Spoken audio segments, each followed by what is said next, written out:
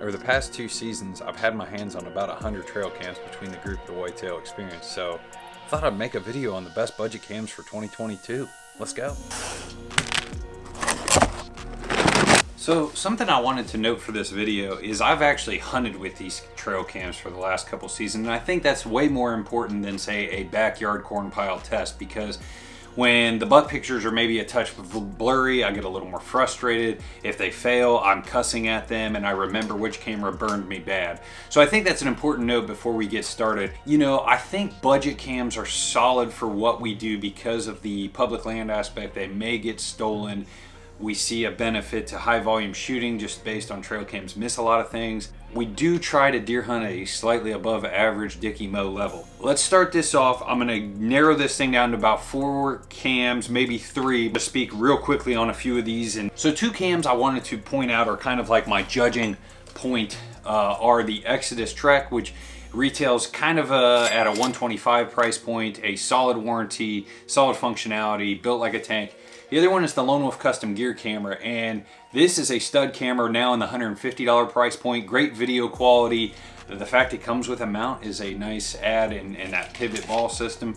Pretty solid, also idiot proof because it syncs to your phone, meaning you can't mess up the time and date. Let's go through a few of these bad boys we've had over the years. Starting thing off, Stealth Cam. Don't buy them. They haven't made a good camera since the G30, G40 series. The Covert MP16, still a solid camera. Covert seems to make a good camera, reliable. Never had really any problems there. The video quality on these is not up to par with some of the other cameras. The Meyer Trail Cam, while you can find these at a great price point and they seem to be reliable, I've had an issue with some nighttime reliability issues. Spy Point, absolute garbage, trash. The Muddy Pro Series, I believe this is the 16.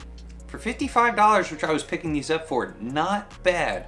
A little lacking in quality compared to the top 3 I'm gonna go with, but a solid mention. If I was gonna find these at, say, the $30-ish price point, I'd gobble them up. All right, we're gonna start with the honorable mentions here. And the first one is Alpha Cam. Now, this is an Amazon company. I will actually link this below, and I think I'll link the other 2 that I picked up off Amazon. But this is seems to be a solid camera. I like the class, comes camoed. For the specs, this one I think was $79. Seems to do a touch better on the night photos, video. The menu operation, I'm going to score it at 8 or 9 out of 10. I don't have the most long-term testing on this. Also, customer support. I think it's an overseas company. Not exactly the easiest to get a hold of. Now, this camera, one of my favorite like nighttime image cameras. Like, the quality, this thing is like $72 on Amazon, and you get an SD card, and I actually think it's a legit SD card. Don't use the Muddy SD cards if you buy a Muddy camera. But the ones that come with the Moultrie seem to be solid, seem to work good. Pretty sure they paint over the ScanDisk version and throw their label on. This camera would be number 1 if its menu system was better. The clasp, it's okay, it could be stronger, but the menu system, it's just not as moving up and down. To me, you could have an error or a risk of an error because the face here that displays like your trigger settings, your time, date, it's just not as good as a lot of these other cameras that are $10 more or $8 more. Performance-wise, solid. Reliability, pretty good. Menu system could be better. The Browning, this is the Ops Commander. I've actually ran, I think, 6 of the older model of these for a couple years. Bulletproof. Quality video for the price point. Reliability, small package. They're actually like a smaller camera on a tree. So I really like that factor of I don't really have a knock to it. Maybe on the burst mode, the images are touch blurrier compared to, say, the Exodus Trek or the Lone Wolf Custom Gear camera. Both those 2, especially the Lone Wolf camera, definitely better video than this lower end Browning. Now let's get into the mid one, the kind of cakes to take, the winner.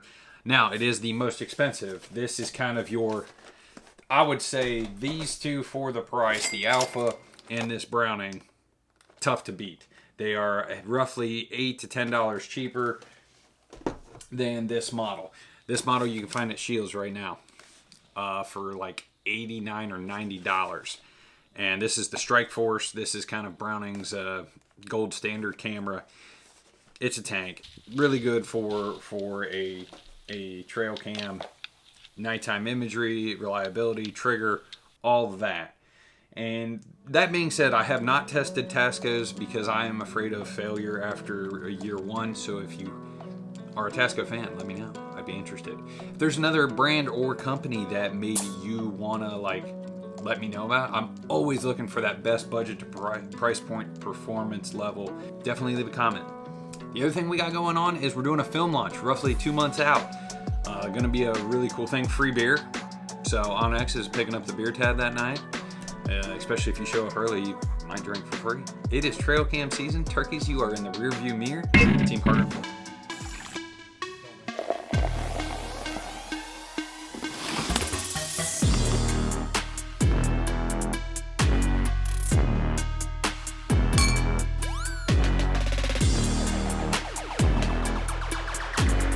Team Harder and Bucks, we're out.